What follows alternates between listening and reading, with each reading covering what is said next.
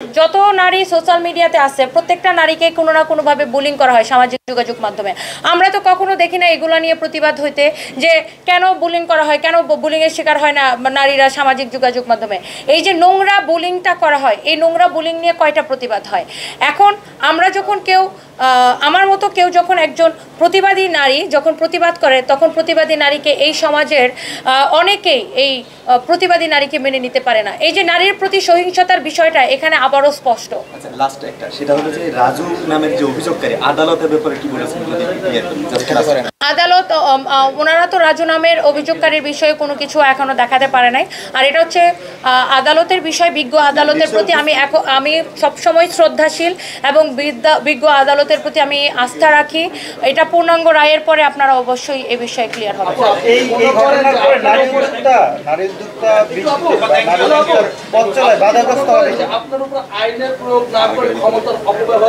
অবশ্যই হয়েছে এবং মিডিয়ার অপব্যবহার করা হয়েছে। একজন নারীর বা একজনকে যখন আপনি দোকান বন্ধ করবেন, শাস্তি দিবেন, সেখানে আবার মিডিয়া ট্রায়াল কেন? যেখানে আমি 14 তারিখ নিজে যে স্বয়ং জরিমানা দিয়েছি, তারপরেও ওনাদের কথায় আমি টকশো করেছি। পরের দিন ওনারা আশ্বস্ত করেছিলেন পরের দিন দোকান খুলে দিবে। পরের দিন আমার ম্যানেজার যাওয়ার পরে ওনারা বলে আপনার ম্যাডামকে আবার আসতে বলেন। পরের দিন আমি আবার যাই। পরের দিন আমাকে সারাটা দিন বসায় রাখা হয় সেখানে।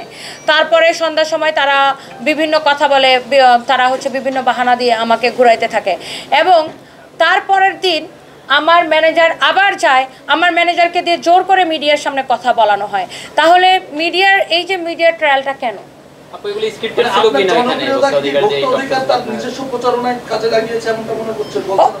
অবশ্যই আমার মনে হয় যে কাজে লাগাইতে পারে, যেহেতু আমি সামাজিক যোগাযোগ মাধ্যমে বারবার আমি আমার স্পষ্ট কথা এবং আমি আমার প্রতিবাদের জন্য বারবার আমি বিভিন্ন সংবাদ মাধ্যমে আমাকে তুলে ধরা হয়েছে।